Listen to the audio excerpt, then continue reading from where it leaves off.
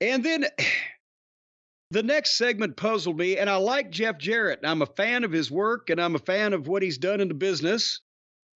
And in my opinion, they should have had him at least promoting live events or agenting some matches or trying to teach some of these dumb how to work a long time ago.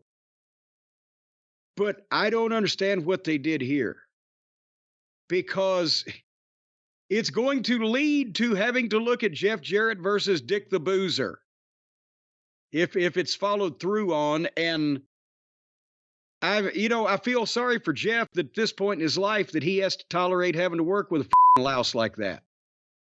But I don't know that it's going to do any good for AEW, or more just tear down somebody else that's having to get in the ring with the plumber.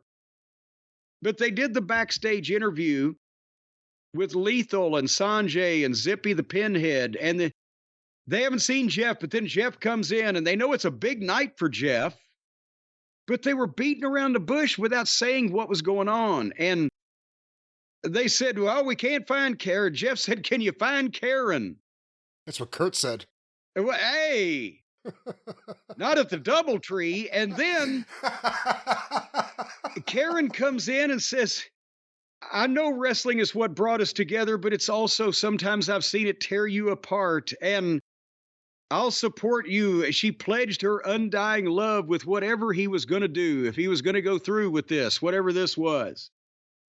So then they go to a break, and they come back, and Jeff comes to the ring with his boots in his hand and a guitar on a stand. So now he's got the boots in his hand. You know, he's teasing his retirement.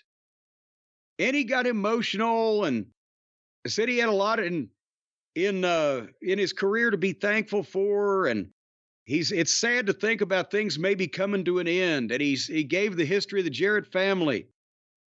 Started in 1946 in Nashville when his grandmother took a second job selling tickets. We've covered it in more detail than they have on their program.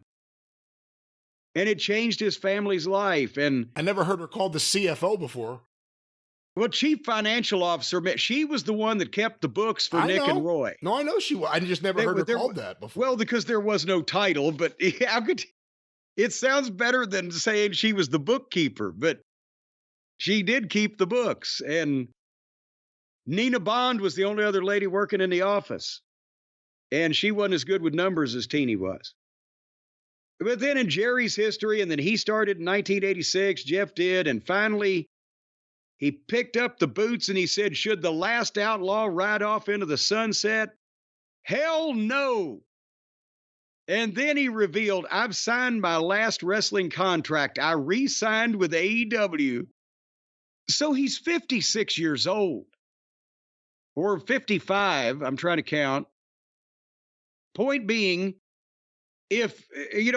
probably this is the last contract he signed, but he signed a contract and Tony's going to pay him for another 2 years or 3 years or whatever, I guess. And they've already buried him and his whole crew of misfits. So I don't know what positive is going to come of it. They won't put him in positions that he has experience in that could help this company greatly. But he challenged for the title. He said, I want AEW gold on my last run. I want to get in the gauntlet match next week. And my New Year's resolution is to become AEW World Champion. Are you excited about where this is going to go? I'm trying to keep an open mind about it, because if it really, wrestling is about lying to people, but if it's really his last year, did he say year or just last contract? Last contract. So it could be multiple years. I guess that confirms he's not a Triple H guy. I just don't want to see him have to work with Moxley. Well, yeah, I think it's more about the road to getting a title match, which could be interesting. That's why I'm not just shitting on this, than the actual title match. And there goes Swami.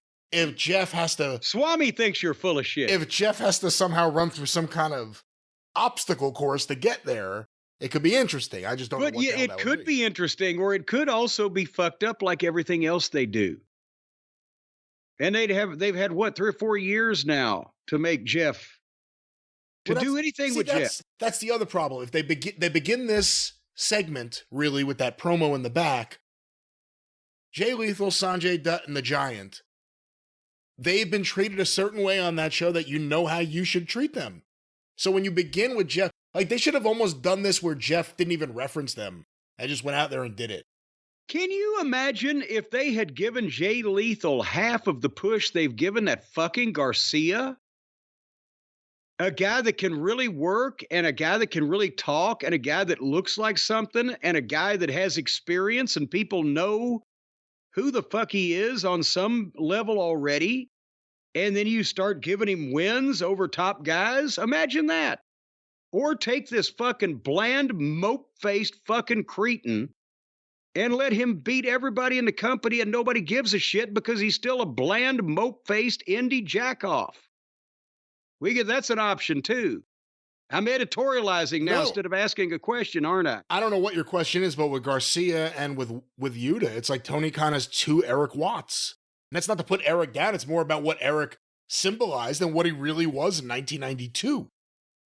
And that's the way it comes across. People are being forced down everyone's throat. Wheeler Yuta is all over these main event segments now. And no one reacts to him. No one reacts to him. All right, well, anyway.